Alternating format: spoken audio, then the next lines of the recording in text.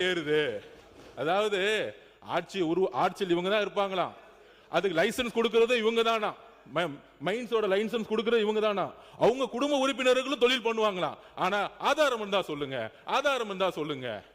மாண்புமிகு அமைச்சர்களே, முதல் இந்த பினாமியை பிடிச்சி உள்ள தூக்கி போடுங்க. அங்க அடிச்சா யாரு குரல் கொடுக்கறாங்களோ, அங்க அடிச்சா யார் எந்திரிச்சு பேசுறாங்களோ அங்கதான் ஆதாரம் இருக்கு.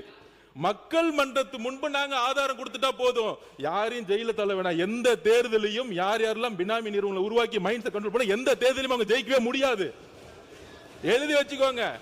முன்னாள் அமைச்சர் அப்படிதான் மதுரையில் ஒருத்தர் மைண்ட்ஸை கண்ட்ரோல் பண்ணாரு. டெபாசிட் வாங்கல, மதுரையில் ஜெயிச்சுட்டு வந்திருக்காரு. மதுரையில் ஏன் தெரியுமா ஜெயிச்சாங்க? முன்னாள் அமைச்சர் மதுரை இருக்க எல்லா மைண்ட்ஸையும் கண்ட்ரோல் பண்ணாங்க. அதனால தான் அவர் இன்னைக்கு சட்டசபைக்கே வர முடியல. இதுதான் மக்களுடைய தீர்ப்பு.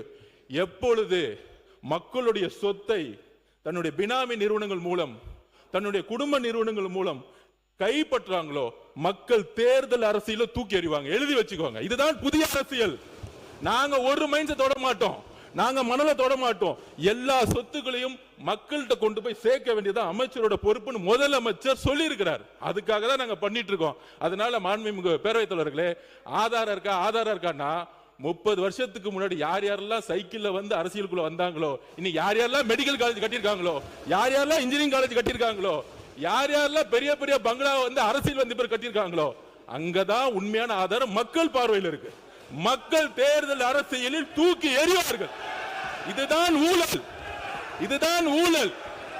இந்த ஊழல் சாம்ராஜ்யத்தை ஒழிக்கிறதுக்கு ஆதாரம் தேவையில்லை, மக்களே முடிவெடுப்பாங்க. நீங்க ஒன்னு எழுதி வச்சுக்கோங்க. அண்ணா பிறந்த ஊர்ல காஞ்சிபுரத்துல திமுக ஒரு தொகுதி கூட ஜெயிக்கல. இதுதான் ஆதாரம்.